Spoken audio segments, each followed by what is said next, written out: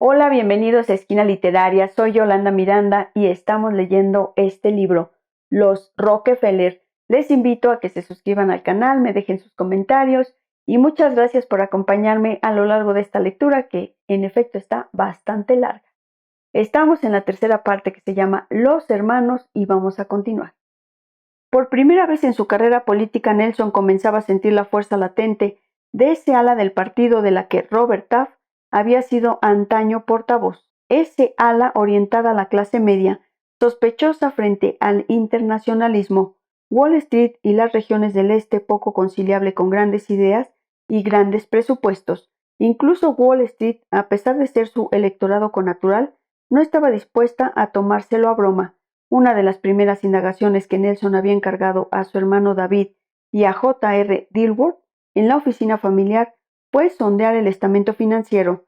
Descubrieron que Nixon estaba apoyado por fuertes hombres de negocios republicanos, no porque él les gustase realmente, sabían perfectamente que había poca diferencia ideológica entre ambos y que Nixon, de todos los personajes de la administración Eisenhower, había sido el más receptivo a las ideas de línea dura de Nelson. Era más bien porque veían en el vicepresidente una posibilidad de tabula rasa en la que inscribir sus propios intereses. Por el contrario, un Rockefeller inmune al control exigido por las solicitudes de financiación electoral podía ser un peligroso testarudo.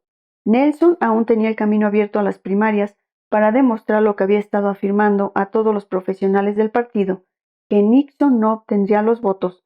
Sin embargo, esto habría implicado ir directamente contra el propio Eisenhower, y del mismo modo que estaba convencido de que su administración había sido una pauta de indecisión e incompetencia entre el New Deal y el futuro, como figuraba descrita en los estudios de los grupos, tampoco necesitaba que Jamieson le convenciera de que repudiar públicamente los 8 años anteriores equivaldría a un suicidio político. El comité de campaña que había formado seguía trabajando para obtener algún tipo de empuje. Emmett Hush, destacado periodista y ex-redactor de los discursos de Eisenhower, se unió a Henry Kissinger a título de ideólogo principal de Nelson y se las compuso para fijar una postura que pusiera a Nixon a la defensiva.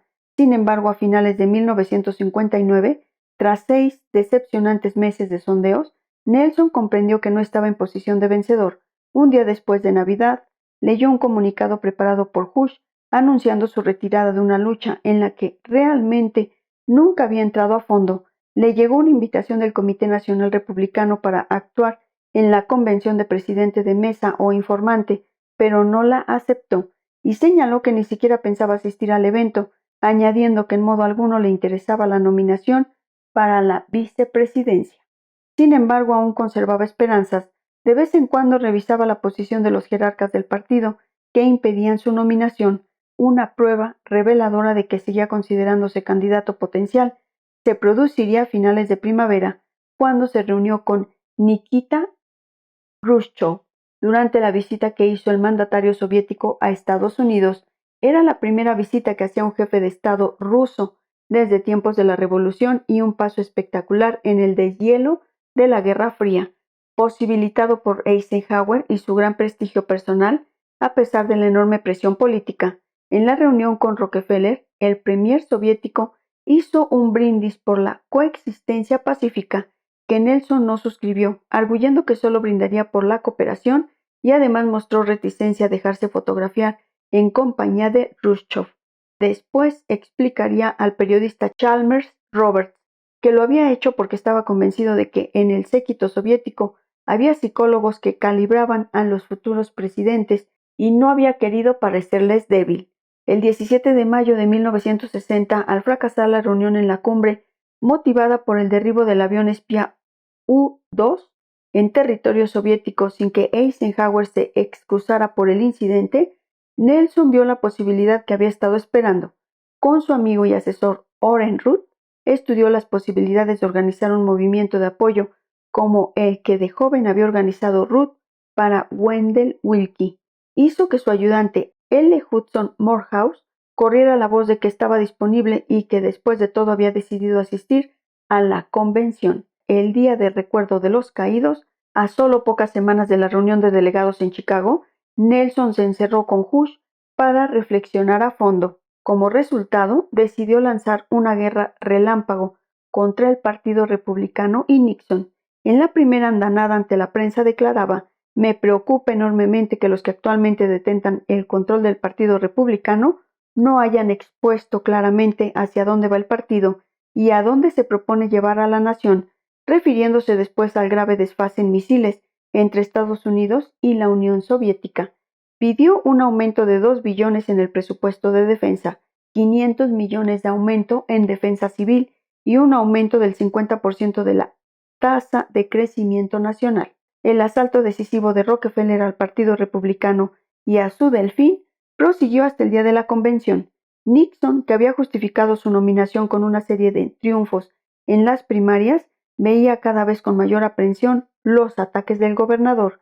Después, a solo unos días de la apertura de la convención, Rockefeller anunció que la plataforma del partido, un documento al que, en circunstancias normales, el público habría prestado poca atención, no le convencía y que iba a plantear una moción para modificarla, queriendo conservar a toda costa la unidad.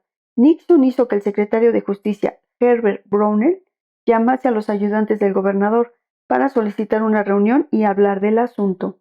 A continuación, Rockefeller estipuló las condiciones que seguirían enconando a su adversario en años sucesivos, conforme sus caminos y personalidad política se fueron entrecruzando más de lo que ellos hubieran creído posible.